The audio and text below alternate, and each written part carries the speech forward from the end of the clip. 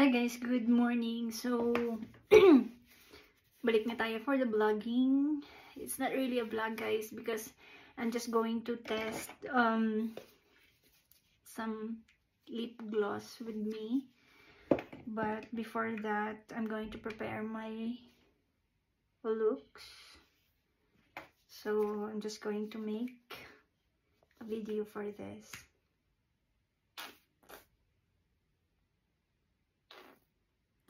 Actually, kakabalik ko lang galing ng bakasyon sa Pilipinas. So, I already started to work. Like, bumalik ako dito April 12. Ako dumating. And nung dumating ako dito, super sunny pa guys. Ang ganda ng weather pagdating ko dito. So, I was expecting na from the Philippines, pagdating ko dito is also summer din guys. So parang yun yung ini-imagine ko na pag dumating ako ng Germany, summer na rin. Kasi paas ako ng Pilipinas, summer. So hopefully, pagdating ko dito ng Germany, summer na rin siya. But,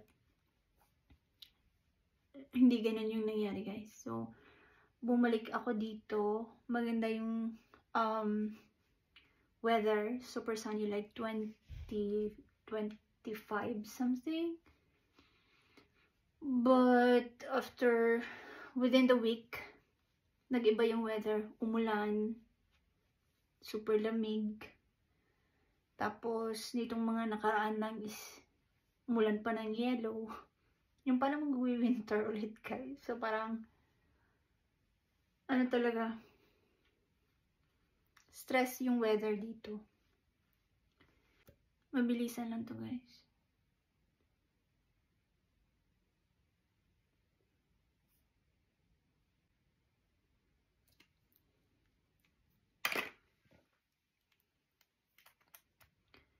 Sa Pilipinas, hindi naman ako masyadong nag-makeup doon kasi nga sobrang init. So, hindi mo na kailangan mag-makeup doon. I mean, naman kasi ako sa probinsya. So, hindi na ako nag-makeup doon kasi wala naman yung ibang pupuntahan. Tapos, kung gusto mong pupunta ng city, hindi na ako nag-makeup guys. So, wala na rin. Hindi ko nagamit yung mga makeup ko. Tapos, hindi naman ako nagdala ng maraming makeup nung umuwi ako. Kasi alam ko nga, sobrang init and useless na makeup ka doon. Kasi, masasayang lang din. Sa Philippines, hindi na ako nag-vlog. Wala akong time. Ayokong mag-vlog. So, ganyan. So, nung umuwi ako, wala talaga akong vlog na ginawa. Meron lang akong mga na-post sa may Instagram, but yung pagpa-vlog is wala.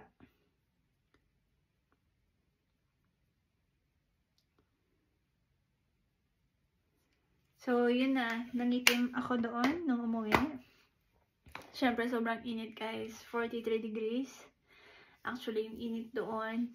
And kahit madaling araw, matulog ka sa gabi, wala kang magagawa kasi super init. And kami pa naman, siyempre sa probinsya, wala kaming aircon, electric fan lang. So, electric fan lang talaga yung gamit mo kahit na sa pagtulog. So, yung init talaga from, anong tawag doon? Init galing sa dingding o sa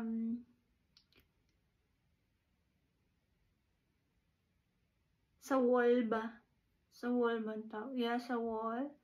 Yung init sa wall pag gabi, mararamdaman mo talaga na para ka talagang nasa oven.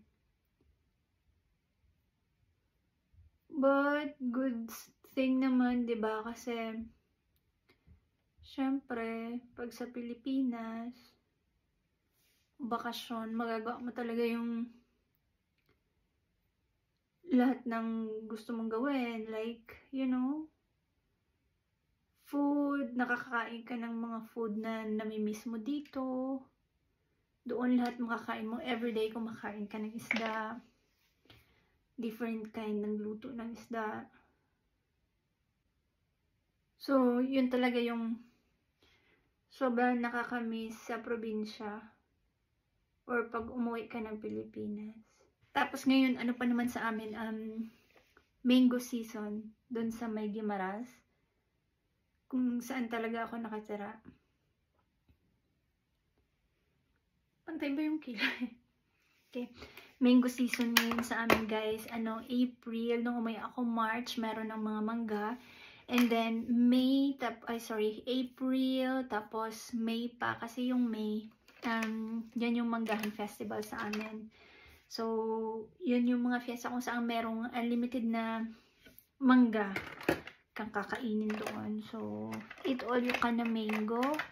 And meron silang mga programs. So, month of May yun sineselebrate. But then, like March, April pa lang, marami ng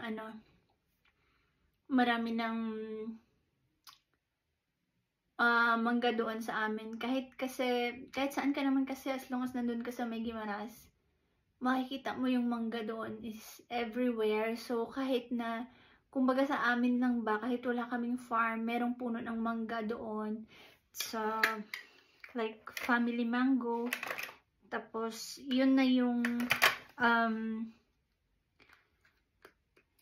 ini-spray, like, ini-spray lang. Tapos, namumunga lang siya, guys.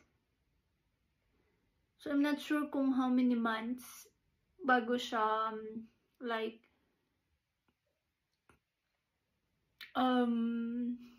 i-harvest. Pero, yeah, kahit saan ka doon pumunta, merong mangga doon. And, super tamis ng mangga sa Guimaras.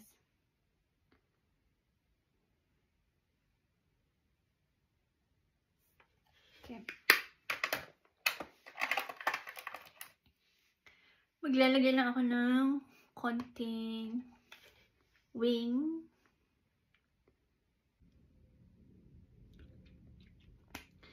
So, by the way, guys, yung vacation ko is, nag-file ako ng vacation like, 18 days lang actually yung final ko. But, I think I almost like 20 days, 25 days ako nagstay ng Philippines. So, of course, since nasa island kami, pumunta kami ng beach together with family. Tapos during that time kasi is Holy Week din. And sa Guimaras, meron kaming celebration every time na mag Holy Week. So, yung isang well-known doon, guys, is pagtartal doon sa Guimaras. But we're not able to go there kasi nga sobrang init. And wala kami sa plano. Kasi wala talaga sa plano na lalabas ba. And meron isa doon sa may other side ng Guimaras, pwede kang pumunta. So parang isang area siya. It was built for like parang ano talaga siya, guys, puntahan during Holy Week kasi doon nakalagay yung mga cross.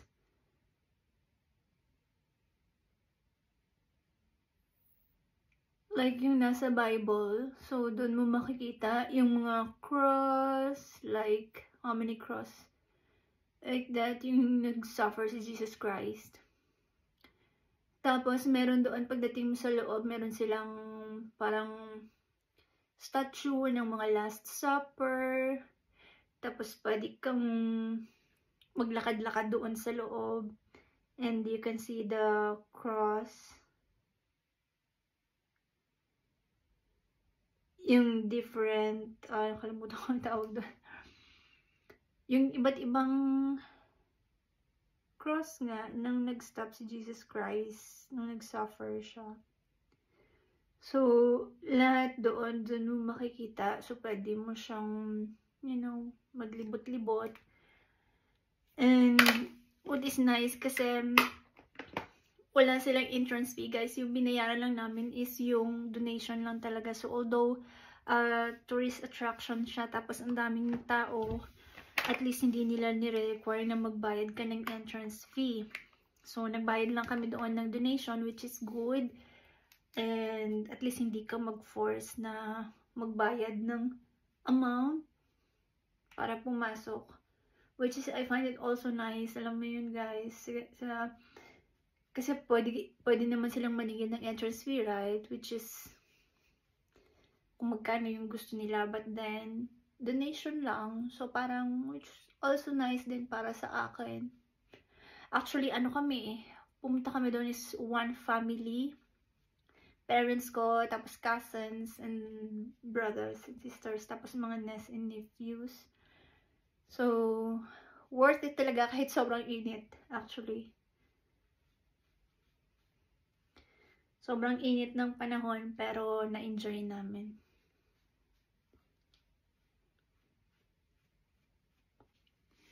So, yun. Tapos, pumunta kami doon during Holy Week. Tapos, the next day, pumunta kami ng beach, together also with the family. Tapos, the next day, meron kaming fiesta.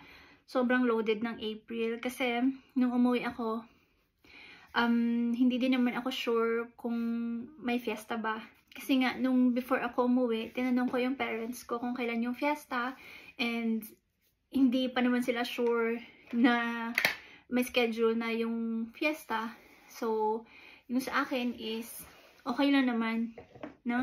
So, I just go home, yung schedule na yon, and doesn't matter kung makakaabot ako ng fiesta or hindi. So, but then, nung dumating ako doon, sabi ng parents ko, may fiesta doon sa amin ng April 9. So, April 9 yan, doon pa ako, and nakaselebrate pa ako ng fiesta, guys. So, yun. Sobrang enjoy together with the family. So, yan na yung looks. Pakita ko lang sa inyo, guys, yung mga products na ginamit ko. So far, ito pa rin naman yung mga ginagamit ko parate. So, yung Catrice na itong kulay yung ginamit ko, guys. Chocolate Lover, yung ano ito. I'm not sure kung available pa to sa may Catrice sorry, kung available pa siya sa may DM na store. Pero itong Catrice yung gamit ko. And then yung other one is yung Maybelline na City Mini Palette. So, ito yung gamit ko. Rooftop Bronze, ano siya, shimmery. Ito yung isa, ito yung gamit ko, yan, yung shimmer. And for the mascara, I'm still using my Essence. Medyo na-dry na siya, guys. Ayan.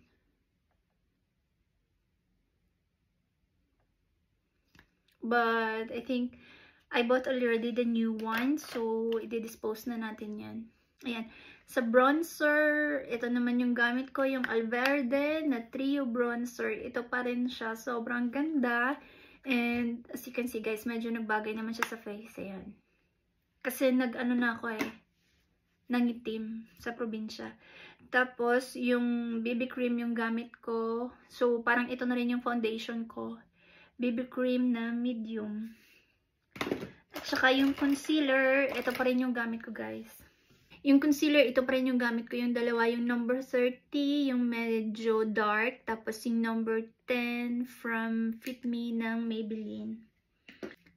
So, yun lang. And gusto ko lang i-share sa inyo, guys. Nagpatanggal ako ng mga warts recently nung umuwi ako ng Pilipinas.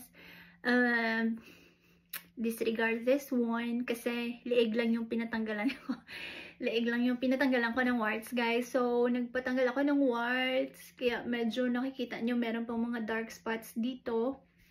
Doon lang sa amin sa may Iloilo, guys. So, yun, sinunog nila one by one. So, tapos bibigyan kanila ng medicine and then sabon. So, parang within a week, medyo matatanggal yung mga, kasi magda-dry yun diba? Pag sinunog yung skin mo, meron siyang parang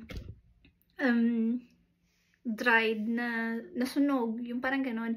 So, bibigyan kanila ng treatment. Like, you have to use that until it will become empty. So, buti na lang sa akin, within 1 week, nung nagpasunog ako, so may time pa na na-heal yun before ako nag-travel pabalik dito. So, yun na, guys. As you can see, medyo wala na yung mga tuldok-tuldok sa mukha ko. At dito, sobrang dami before. Pero, ayan, wala na siya guys. Yun na. Mura lang doon sa amin. So, naka-promo sila. Which is also good. So, sabi ko, sige, try natin. And, yun na, medyo nalinis na yung lieg ko guys. Thank you. So, gagawa ako ng isang vlog about dito guys.